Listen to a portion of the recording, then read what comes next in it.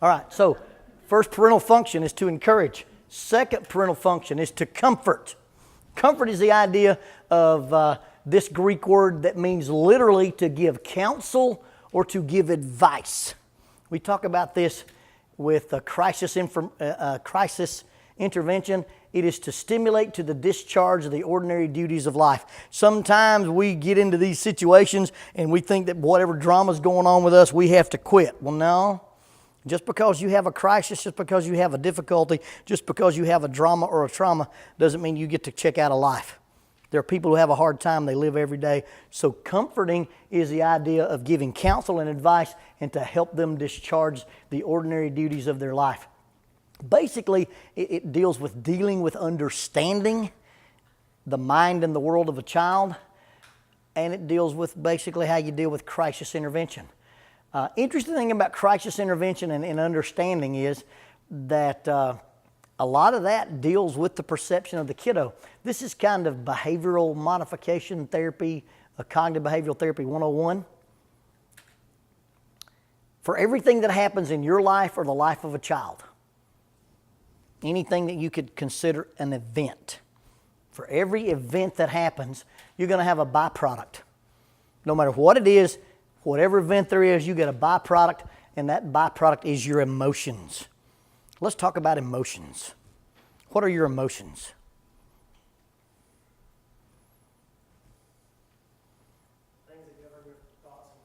Things that affect your thoughts and your feelings. Where do your emotions come from? Ultimately, where do they come from? The factory. They're installed. You get the software package to emote from God. My wife says, emote's not a word. It is, trust me. Okay?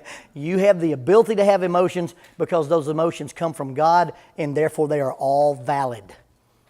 Now, very carefully when you're dealing with your kids, you can't be emotion dismissing or emotion disapproving. You don't look at a child and go, oh, you don't really feel that way. You don't look at, big boys don't cry. You can't be emotion disapproving. You can't be emotion dismissing. One of the interesting things you have to do with your children is teach them that your emotions are not instructions. Your emotions are information. What's the difference between information and instruction? Information tells you something. Instructions tell you to do something. So you're walking down the mall and you see a yellow placard on the floor. It says wet floor. Is that information or instruction? It's information. If you wet the floor, they'll ask you to leave the mall. Paul Blart will show up and he will escort you right out the door. Wet floor? Well, okay then. No. That is not instruction. That's information. Now, does that information lead to instruction? Yeah. Turn around, stop, slow down, go back, belly slide, whatever you need to do with a wet floor. But we've got to learn that the emotions are valid and they simply tell us something. They don't tell us to do something.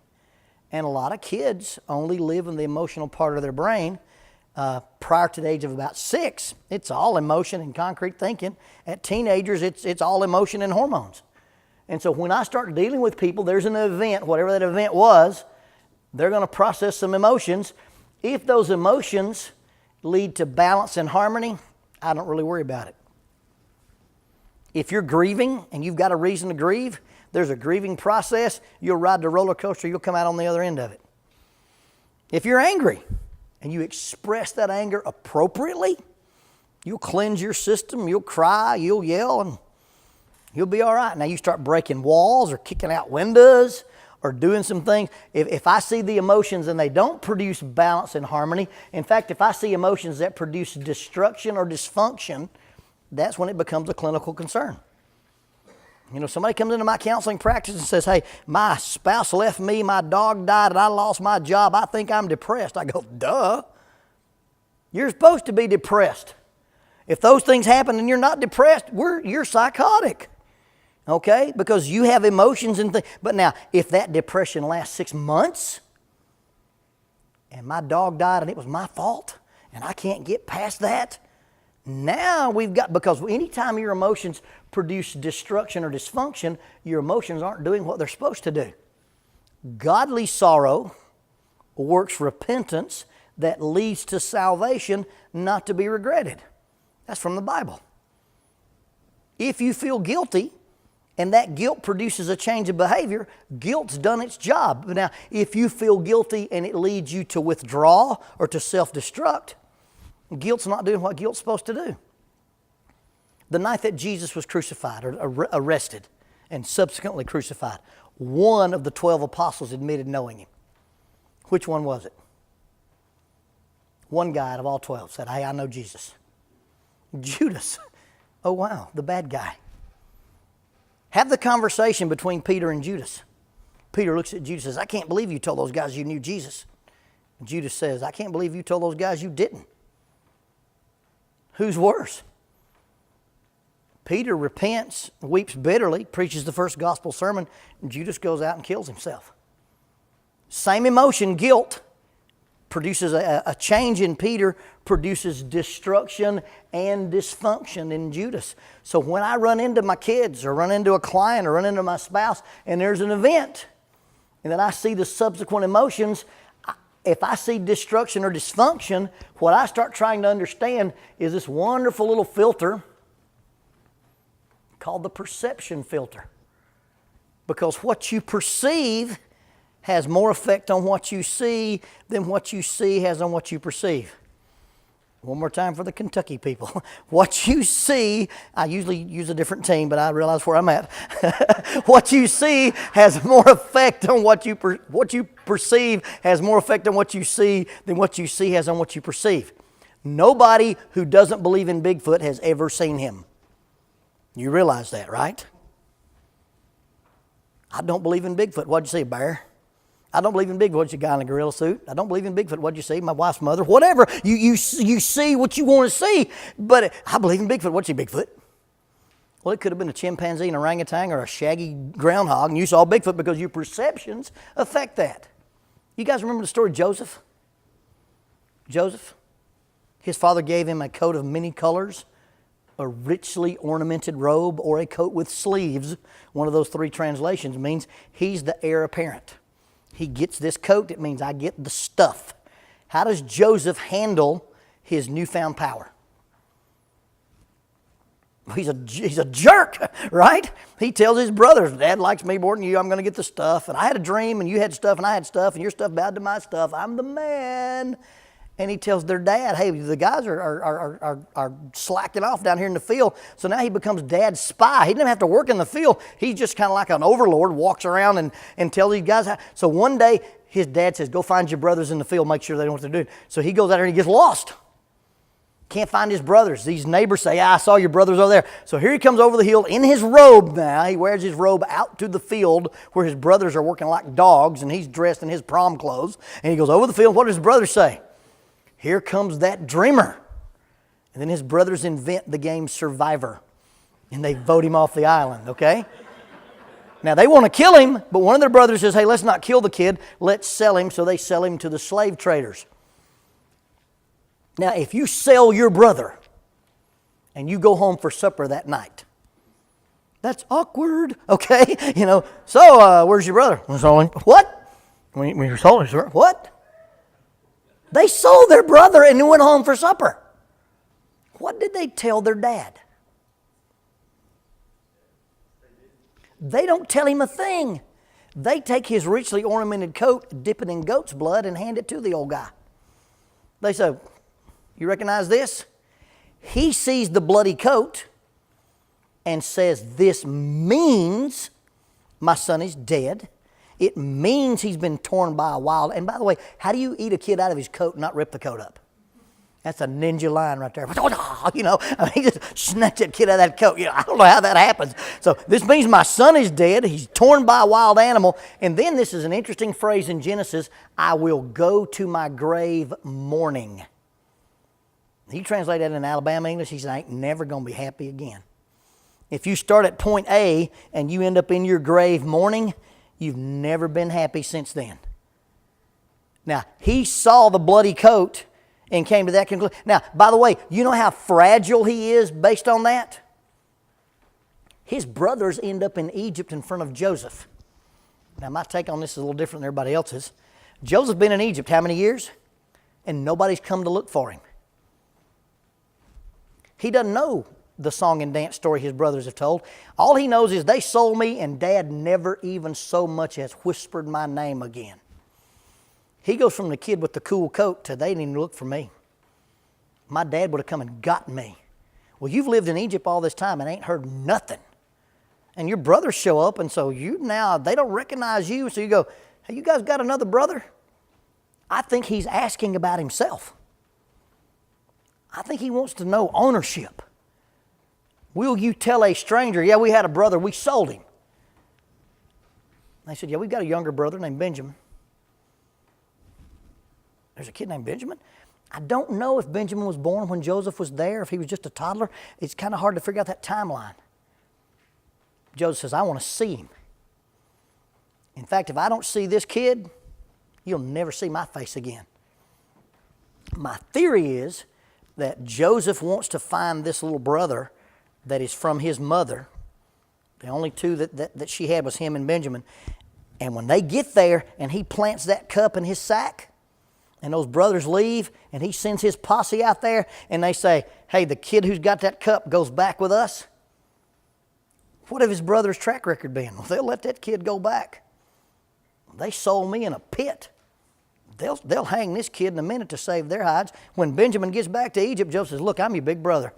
Those losers cut you loose and fed you to the dogs. We're rich. I think he's rescuing his little brother from these fools. But when he says, I need to see that boy, they go, no, sir, you don't understand. Our dad is fragile. We had a brother that's no more. And if something happens to Benjamin, that old man will have a come apart. He cannot leave his side because that man's life is bound in the life of that boy. Okay? That's where I think this. Now, when he does get Benjamin caught and his big brother shows back up with him and says, look, I want you to take me, but let this boy go. It breaks his heart that his brothers have changed. He kicks everybody out of the room and cries so loud the Pharaoh hears him. He didn't expect these guys to act this way. And when he sees that they've changed and they've become men, he brings them all to Egypt and saves all their lives. But I'm chasing a rabbit. The idea is that old man sees that bloody coat, and when he sees that bloody coat, his perceptions cause him to assign a meaning to these events. This means my son is dead. This means I'll never be happy again. This means he's torn by a wild animal. When something happens in the life of your child, the first thing you do is listen more than talk. Hey, tell me, baby, what happened? Now, the interesting thing is, if you assign a valid meaning to these events, you end up with valid emotions, you get balance and harmony. If you assign invalid meanings to these events, you end up with emotions that lead you to destruction or dysfunction. Teaching a child that I'm willing to discover your meanings teaches them that they are significant, teaches them that they matter. Now, in real crisis intervention, tell me what happened. And I want the details. I want all the details. I want to know, then when you figure out what happened, the next thing you ask is, tell me what that means to you. Now, as a therapist, my next step is, does that mean what you think it means? What do you feel? What do you know? And do they overlap? As a parent, I just want to know what it means to you. I may not do any talking at all. That little girl comes home, she's in the 7th grade, and her and a boy have been going together, and they can't go anywhere, but they're still going together. And then all of a sudden, they quit going places they couldn't go in the first place, and now they're not going to places they didn't go, and makes my head want to explode, but she's brokenhearted. Man, set her down in your chair and say, look, statistically, you'll be in 8 major relationships before you're married. 60% of you will be engaged one time before you're married. This guy's a loser, 7 to go. All right, just... Right? That's the truth. Is that what she needs to hear? What she needs to hear is, Daddy understands your heart's broke. Daddy understands you're lost. Daddy understands you feel rejected. Sit in my lap and let's cry about it. And let's go get chocolate. That's all she needs to hear. She doesn't need me to fix anything. Crisis intervention is less about fixing and more about listening. Because when you let them know that I have attuned to you, that I see the world through your eyes. I'm not validating it. I'm not saying it's rational. I'm not even saying it's reasonable. I'm just saying I know what this means to you. It doesn't mean that to me, but I know what it means to you, and I'm on the same page. When you do that with crisis intervention, kids oftentimes don't want you solving their problems. They want you attuning to their feelings. And gentlemen, your wives want that too. They don't necessarily need you to fix anything. They just want you to, they just want to be listened to. Do you remember the story of Lazarus, John chapter 11? If you have a Bible, look at John 11. This is one of those cool things. In John 11,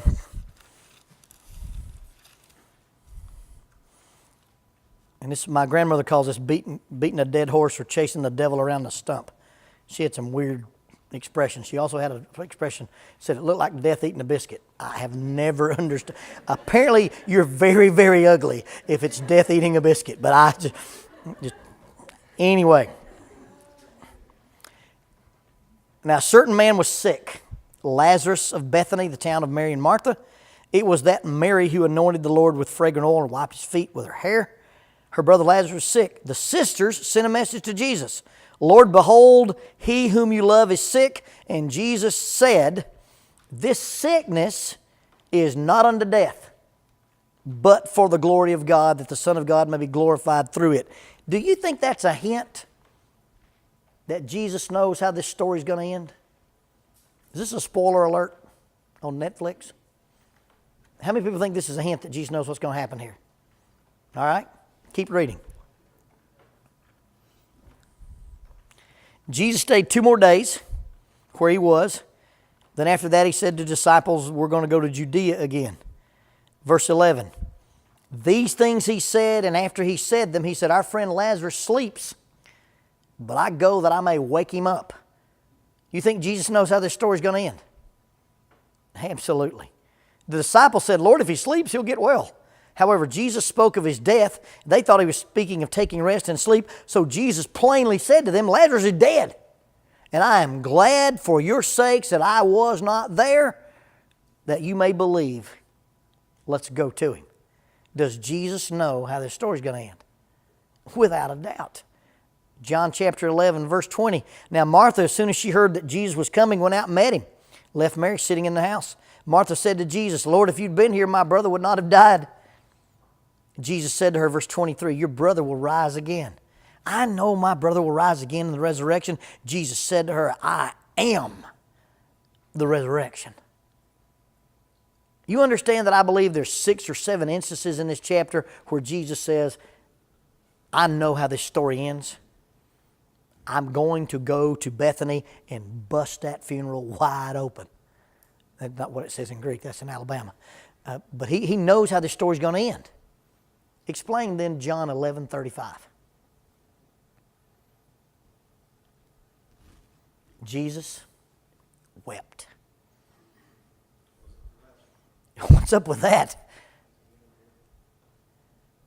Oh, Jesus is weeping for the lack of faith in the condition of the Jew.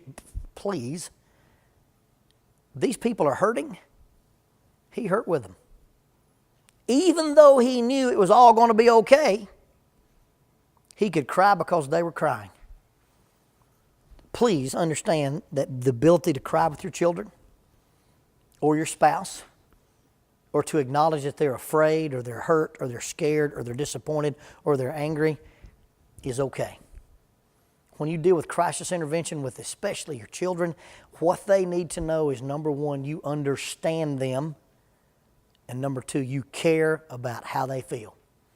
And when you minimize their feelings and you minimize the little things, you'll never hear about the big things.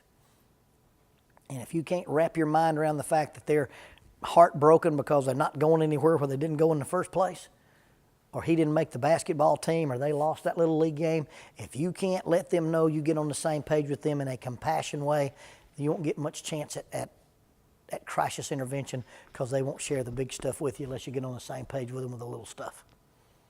Now, please understand, when you're dealing with teenagers, they have daily crisis because they're wired that way. It's the way the poor little minds work. In my world, that wall is ideal. that wall is unacceptable. If I'm in the room, I'm a happy little ball guy. If you're a teenager, you separate ideal and unacceptable about as narrow as that back cover of my Bible. If I didn't do it all, I can't do any. If I didn't do this, you've never let me do anything. If you didn't let me go there, you've never let me go anywhere. If she doesn't love me, I'll never have a girlfriend again. And they go from absolute wonderful to absolute misery, and it takes about a degree in temperature for that thing to take place. And you got to understand, your teenagers have emotional dysregulation. They see the world in absolute black, absolute white, nothing in the middle. And little bitty kids do it the same way. And rather than try to explain that to them logically, hey, what happened? Okay, what does this mean to you? And explain it back to them. Oh, I get the fact that they didn't ask you to go and you feel like they're not really your friends. Wow. Now, at some point, it's okay to go, does it really mean that? But I'm afraid we jump into that therapy stage way too early. First thing you kids need is compassion. First kid your spouse needs is compassion. Compassion means to suffer with. Calm meaning with.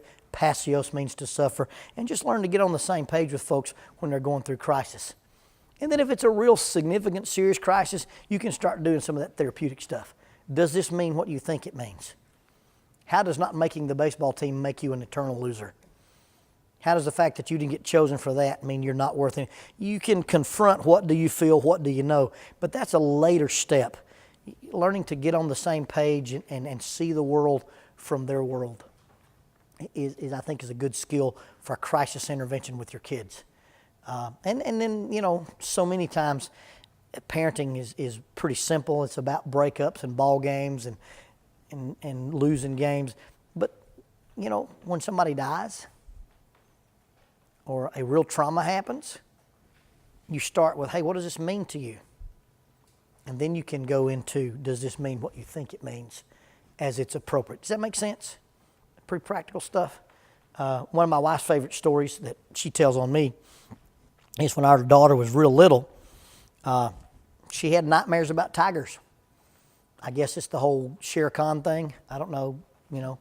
I guess if you've got a tiger with a British accent, you're super scary to a 3-year-old. But, you know, she'd wake up in the night yelling, tigers, you know, and I'd run in her room, and oddly enough, there's no tigers in there. And we videotaped the room, and there's no tigers in here, baby. Well, Dad, they're invisible tigers.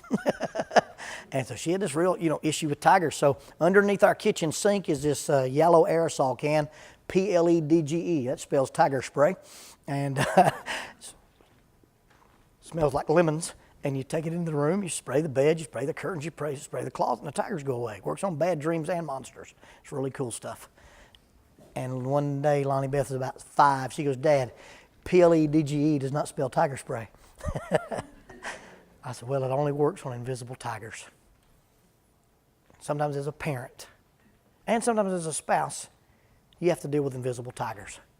You don't want to walk into somebody else's delusion. You don't want to exacerbate OCD rituals. I'm talking under the bell curve. Sometimes you have to pretend you can see the invisible tigers and do something to make them go away. That's crisis intervention. Everybody good with that? Any questions or comments about this little event meaning emotion chart? Any questions about crisis intervention in general? Teenagers' brains are developing at a rate that is astronomical. The adults in this room have about 300 billion dendrites. That's about the number of observable stars in the galaxy. The average teenager has 2 or 3 times that many. Their brains are developing at a rate that's the only time their brains ever develop this fast is when they're 2. A 2-year-old brain begins to develop at a rapid pace. A teenager is a 2-year-old that can drive and has sex hormones, okay? Just so you know what you're dealing with. So when teenagers start doing that, the intellectual part of their mind and the emotional part of their mind for the first time in their lives can communicate. And so a teenager can think and upset themselves. It's really, really a cool thing. And so they go from on and off into all or nothing. And the 1 minute they're happy and the next minute, you know, the amygdala is developed. And it is hypersensitive, and it's larger than it'll ever be any time in their life. So a teenager perceives 90% of their world as a threat. Your amygdala is your threat receptor. People get caught in post-traumatic stress is because they're in an amygdalic loop. And so they see a lot of things as threatening. So a teenager sees a lot of stuff as threat. If I don't have the right shirt, I'm at threat. If I don't have the right shoes, I'm at threat. If I don't have the right haircut, I'm at threat. If I don't have a cell phone with enough technology to launch a space shuttle, I'm at threat. So everything puts them at threat. And so you're sitting at the house, you go, could you pass the salt? Oh yeah, you can't do anything for yourself. Next time, you make me paint the house. Like I just needed some salt, But everything that happens in their world seems to be threatening. And because they feel threatened, they respond with confrontation. So that's why you get this heightened sense of with a kid. Because you say something to them, it's absolutely benign, and their response is and it's that fight or flight response. And so 90% of what they do at school is confrontation. They learn to smack talk and and one-up each other. And it's the food chain of popularity in school. And so what they've used as a survival skill at school, they use as a survival skill at home. And we tend as parents to take it personally. You got to realize they're teens, and that's just the way their minds are wired. Now, you may have to have some rules of engagement, that this is respect. And this is how we define respect in our house. Yes, sir, no, sir, yes, ma'am, no, ma'am. Anything else is open to my interpretation. Because a teenager doesn't realize they're being disrespectful to you when they talk to you like they talk to their peers. If a teenager talks to you like they do their peers, that's technically a compliment. But when they do it, it sounds really disrespectful to you.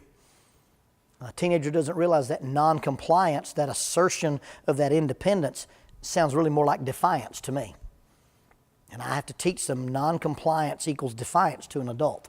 And so just learn in crisis intervention with teenagers is their world is about crisis because of that developmental level of their brain, and that it's much more emotional, and it's emotion with a hormone hurricane going on in there. And so you're going to see a lot of weird crisis with teenagers that when they're younger, you don't see them, and as they mature, you won't see as much. But that 13 to 17 thing, closest thing that's demon possession. But it's fun demon possession, but it's there. Yes, sir. You mentioned, talk about understanding your kids and showing them that you care how they feel. And you mentioned to a point where they're OCD on some things, or, the sixth time you've gone in to go kill the monster that night in the bedroom. How do you gauge between that balance of their fear and the manipulation of trying not to go do something and kind of, that takes horse sense, and you know whether or not you've got a con man or a car salesman in your house. And, because some kids are, legitimately afraid, and some kids are legitimately, and that's all human behavior is reward motivated. I do what I do because it gets me something I want. That make sense? Okay. When my behavior costs me more than it costs you, I'll reevaluate my behavior.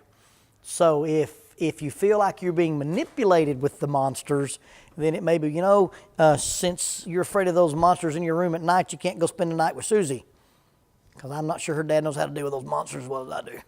Well, no, I'm cool at Susie's house. It's monster free. Oh, really? And so it may be that you just, keep them consistent across the board. If there's only monsters when they don't want to go to sleep, and there's no monsters when they do, you've got enough savvy and you spend enough ground time with your kid that I think you have enough discernment to know when it's a legitimate fear or when it's a con game. Does that make sense? And walking that balance is, I'm compassionate to a degree, and then if I feel like I can tell when it's a song and dance. I'm not sure I can describe how I can tell that, but I feel like I can tell. I had a kid in my youth group one time. I said, I can tell when you're lying. He says, how can you tell? I said, your lips are moving.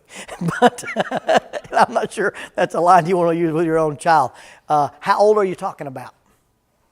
Those are little ones, yeah. I would say right now 4, 5, 6-year-olds. Oh, yeah. I think at that point you just got to deal with the monsters because I don't think they're sophisticated enough yet. To know that they're... Now, it may be that they realize if I talk about monsters, I get more FaceTime with Dad. And therefore, I can use this and Dad will stay in here. That's the same. I'm thirsty. I need another story. I want your undivided attention and I don't want to go to sleep. And so at that point, when it's not a real crisis, it's just a delaying technique. I think you have to be honest and say, look, I think you know that when you tell me you think there's a monster, it's a get out of jail free card. We've dealt with it. I'm going to bed. You'll be all right. And it's either at that point, when you get to that point, to really discount their feelings, because at that point you're so. oh, you're done. Yeah, I'm trying to go to bed. I got to go to work tomorrow. Yeah, you've got to be firm with compassion, not the hostile side of things, but the love side of things. And so you go, I've been in here. Do you need to sleep in another room? I need to sleep in your room. No, I said another room. Not my room, but not your room. If you think the monsters are in here, we'll go sleep in the basement. I think I'll stay here, And so I think at that point, you do have to set a limit. But they're your children, so you get to decide what your end point is. I don't get to decide that for you, because your children are a combination of your personality and your spouse's personality and probably one of your parents. Because my daughter's a lot like my wife's mom. It's really funny. But so you get to use that discernment. I don't think there's a hard and fast answer for that. What will it hurt you to stay another time? And I guess that's what I learned in maturity, is that, I'm going to have one opportunity for her to be 4. And with all the crap that comes with it, she won't be 4 but one time. And if I go to work tired, or I go to work hungry, because I gave her an extra 10 minutes of my bedtime, I don't think I'll ever regret that. I don't think ever in my life will I regret that. And I didn't learn that till she was a little older. And so in my world, I'll be conned to let my daughter know she's important. And, as long as I have informed consent, I'm falling for a con game, but you're never going to be able to say, hey, Dad didn't care about me. But that's me, and I'm a sucker. Can't wait till I have grandkids. I'm going to be worthless. It'd be awesome. They're going to call me Red Bull, because when they come to my house, that's what they're going to drink. It'll be great. They're going to tell their mom, I want to go see Red Bull. Oh, yeah, here we go.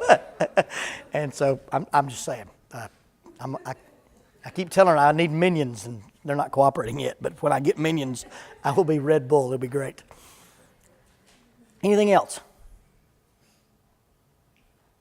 All right, let's look at some. You guys need a break or anything? What? Okay, let's take a short break. Maybe 10 minutes. Bathrooms on both sides. Water bottles there.